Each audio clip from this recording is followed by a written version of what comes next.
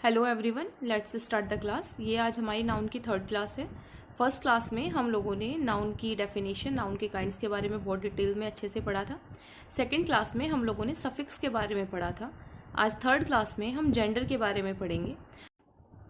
So basically gender चार तरह के होते हैं: masculine gender, feminine gender, common gender और न्यूट्रल जेंडर। मैस्कुलिन जेंडर क्या होता है? ये मेल रिप्रेजेंटिंग होते हैं, यानी मेल कैटेगरी जो होगी वो हमारे मैस्कुलिन जेंडर में जाएगी, जैसे father, tiger, boy, dog, nephew, grandfather. Okay. Feminine gender जो होगा वो फीमेल रिप्रेजेंटिंग होगा।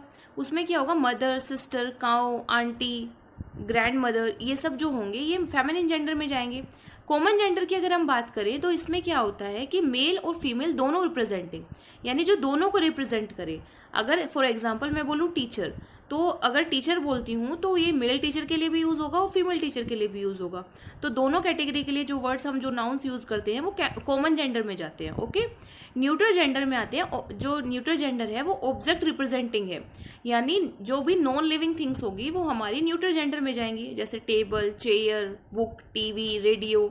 इस तरह के जो भी एग्जाम्पल्स होंगे वो हमारे न्यूट्रल जेंडर में जाएंगे। ओके। आइए अब कुछ मैस्कुलिन नाउन से फेमिनिन नाउन में कन्वर्ट करने वाले कुछ रूल्स को पढ़ते हैं। कुछ नाउन्स इस तरह के होते हैं, कुछ मैस्कुलिन नाउन इस तरह के होते हैं कि अगर हम उनमें ESS ऐड करते हैं तो क्या होता है कि वो फेमिनिन नाउन में कन्वर्ट हो जाते हैं। जैसे बोर्ड पे एग्जांपल्स भी लिखे हुए हैं: लॉयन, लॉयनेस हुआ; होस्ट, होस्टेस हुआ; पोएट, पोएटेस हुआ; टेलर, टेलरेस हुआ; ऑथर, ऑथरेस हुआ। इसी तरह के बहुत से एग्जाम्पल्स इस रूल से बनाए जा सकते हैं। रूल नंबर 2 क्या है कि remove the last vowel of masculine. उसमें सफिक्स करेंगे ESS, तो वो क्या है, किस में कन्वर्ट हो जाएगा? फेमिनिन में। जैसे एक्टर एग्जाम्पल लिखा है, एक्ट्रेस हुआ, यानी लास्ट वोवेल ओ रिमूव किया हमने, आर वहीं रहा कॉन्सोनेंट, और ESS सफिक्स कर दिया। इसी तरह टाइगर, नेग्रो, हंटर। और क्या एग्जाम्पल हो सकते हैं? डायरेक्टर हो सकता है ना। और क्या एग्जाम्पल हो सकते हैं? बहुत से एग्जाम्पल हैं जो इस तरह से हम लोग बना सकते हैं। इसी का रूल नंबर 3 ये है कि अगर हम मैस्कुलिन जेंडर की स्पेलिंग में कुछ चेंज करें और उसमें ESS सफिक्स करें तो फेमिनिन जेंडर में वो कन्वर्ट हो जाता है। इसी के कुछ एग्जांपल्स बोर्ड पे लिखे हैं, जैसे गॉड, मास्टर, एम्परर, गवर्नर। तो इसी तरह हमने क्या किया है कि कुछ स्पेलिंग्स में इनमें चेंज किया है, इनफिक्स जिसको हम बोलते हैं, एंड देन ESS उसमें सफिक्स किया है, तो भी फेमिनिन जेंडर में वो कन्वर्ट हो रहा है। ओके। कुछ मैस्कुलिन और फेमिनिन जेंडर बोर्ड पे लिखे हैं, एक बार इन्हें पढ़ेंगे। इसी का नेक्स्ट रूल ये है कि अगर हम कंपाउंड मैस्कुलिन नाउन के फर्स्ट या सेकंड वर्ड में कुछ चेंजेस करते हैं तो वो फेमिनिन नाउन में कन्वर्ट हो जाता है। जैसे एग्जांपल है man servant, women servant; he bear, she bear; grandson, granddaughter; landlord, landlady. Okay. इस तरह से हम इन्हें कन्वर्ट कर सकते हैं। अब बात करते हैं प्रायोरिटी रूल के बारे में। प्रायोरिटी रूल में क्या होता है कि सपोज अगर सेंटेंस में हमें कोई कॉमन जेंडर लिखा मिलता है और उसमें फिर हमें प्रोनाउन यूज़ करना होता है, तो हम कैसे पता करेंगे कि हम वहाँ पे ही यूज़ करें, शी यूज़ करें या इट यूज़ करें? तो उसमें क्या होगा कि उसमें फर्स्ट प्रायोरिटी पे हम हमेशा मैस्कुलिन जेंडर को रखेंगे। यानी अगर हमें कोई कॉमन जेंडर मिलता है और वहाँ पे हमें फिर उसके बाद प्रोनाउन यूज़ करना है तो हम मैस्कुलिन को प्रायोरिटी देंगे। अगर मैस्कुलिन जेंडर उसमें नहीं है तो फेमिनिन को देंगे, और अगर फेमिनिन भी नहीं है तो हम इट, इट्स या इट का यूज़ उसमें करेंगे। ये इट, इट्स, इट, ये समझ आ ही रहा होगा कि सब्जेक्टिव केस है, पॉजेसिव केस है और ऑब्जेक्टिव केस है। ओके।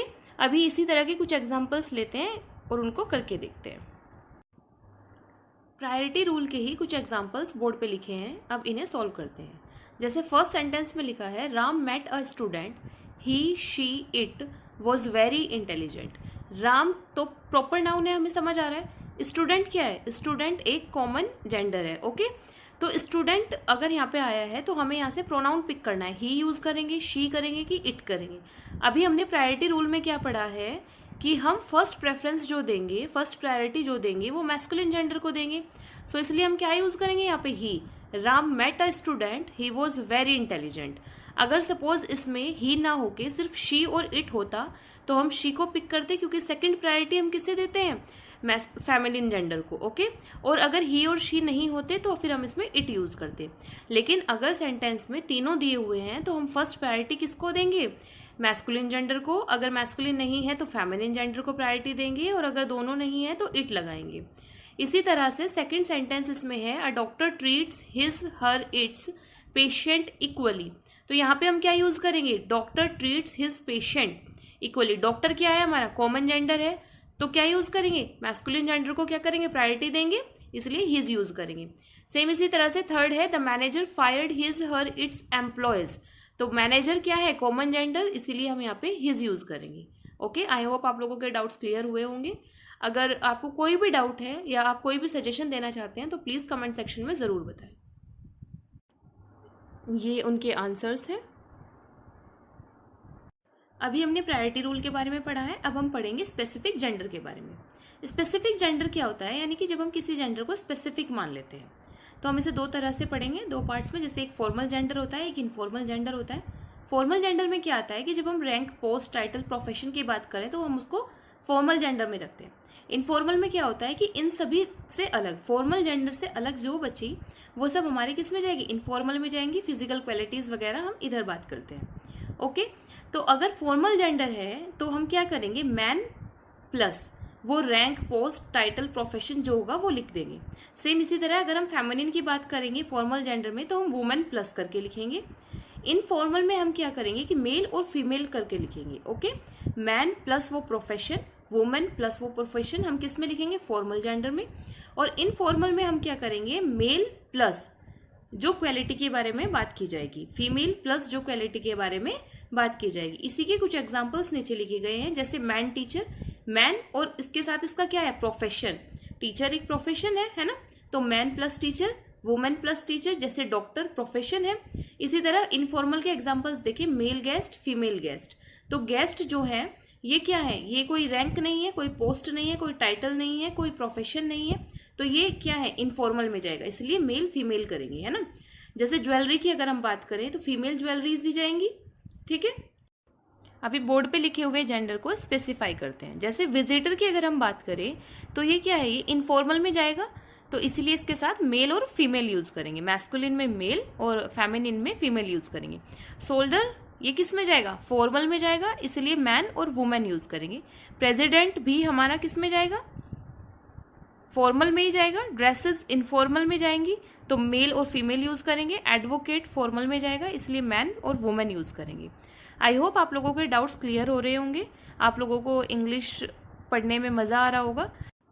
ये उनके आंसर्स हैं। अब पढ़ते हैं जेंडर पर्सोनिफिकेशन के बारे में। देखो, सबसे पहले हम लोगों ने क्या पढ़ा, हम लोगों ने प्रायोरिटी रूल पढ़ा, उसके बाद हमने स्पेसिफिक जेंडर पढ़ा, और अब इसी का थर्ड पार्ट हम पर्सोनिफिकेशन पढ़ेंगे। पर्सोनिफिकेशन का मतलब क्या होता है कि मानवीकरण अलंकार, है ना। When a non living thing is described as if living, यानी कि जब कोई नॉन लिविंग थिंग इस तरह से डिस्क्राइब की जाए जैसे कि वो लिविंग थिंग है, तो वो क्या कहलाता है, पर्सोनिफिकेशन कहलाता है। इसी में क्या होता है, मैस्कुलिन और फेमिनिन कैटेगरी में जेंडर को डिवाइड किया गया है। जैसे स्ट्रेंथ की अगर हम बात करें, मैस्कुलिन जेंडर में होती है वायलेंट, कोल्ड, रिजिड, करेज। ये सब कौन से जेंडर में आते हैं, मैस्कुलिन में। फेमिनिन जेंडर की बात करें तो beauty, mercy, patience, softness, kindness, ये सभी किस में आएंगी, ये सभी आएंगी फेमिनिन जेंडर में। जो पर्सोनिफिकेशन होता है ना, वो जनरली हमें देखने को मिलता है पोइट्री में। ठीक है, अभी इसी के कुछ एग्जांपल्स और लिखते हैं और उनको आइडेंटिफाई करते हैं कि ये मैस्कुलिन में जाएगा कि ये फेमिनिन होगा। ओके, अब बोर्ड पे लिखे हुए कुछ जेंडर जो पर्सोनिफिकेशन की कैटेगरी में आते हैं उनको आइडेंटिफाई करते हैं कि वो मैस्कुलिन होंगे कि फेमिनिन होंगे।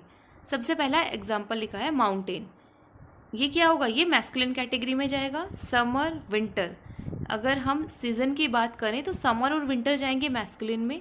स्प्रिंग सीजन की बात करें तो ये जाएगा फेमिनिन में। मून जाएगा फेमिनिन में और सन जाएगा मैस्कुलिन में। ओके, ये उनके आंसर्स हैं। उसी तरह के कुछ और एग्जांपल्स बोर्ड पे लिखे हैं, इन्हें भी आइडेंटिफाई करते हैं कि ये मैस्कुलिन में जाएंगे कि फेमिनिन में जाएंगे। सबसे पहले लिखा है सनलाइट। देखो, सन हमारा मैस्कुलिन में गया था और सनलाइट भी मैस्कुलिन ही होगा। मूनलाइट की अगर बात करें तो मून किस में था हमारा, फेमिनिन में, इसी तरह मूनलाइट भी फेमिनिन में जाएगा। River feminine. लाइफ की अगर बात करें तो लाइफ जाएगा फेमिनिन जेंडर में। डेथ जाएगा मैस्कुलिन जेंडर में। स्टॉर्म की अगर बात करें वो भी मैस्कुलिन जेंडर में जाएगा। और अर्थ की अगर हम लोग बात करते हैं तो अर्थ कौन से जेंडर में जाएगी, फेमिनिन जेंडर में जाएगी। ओके, ये उनके आंसर्स हैं। एक बार देखेंगे। आज की क्लास को बस यहीं तक रखते हैं। अगली क्लास में हम नाउन के केस के बारे में पढ़ेंगे, नाउन इक्विवेलेंट पढ़ेंगे और नाउन के यूनिट के बारे में बहुत अच्छे से पढ़ेंगे। ये क्लासेस हर तरह के कंपटीशन एग्ज़ाम में बहुत ही हेल्पफुल होंगी आप लोगों के लिए। एसएससी के एग्ज़ाम्स हों, चाहे वो DSSB के एग्ज़ाम हो या फिर सुपर टेट की वैकेंसी हो, किसी भी तरह के कॉम्पिटिटिव एग्ज़ाम हो, ये उन सभी में बहुत ही बेनिफिशियल क्लासेस हैं।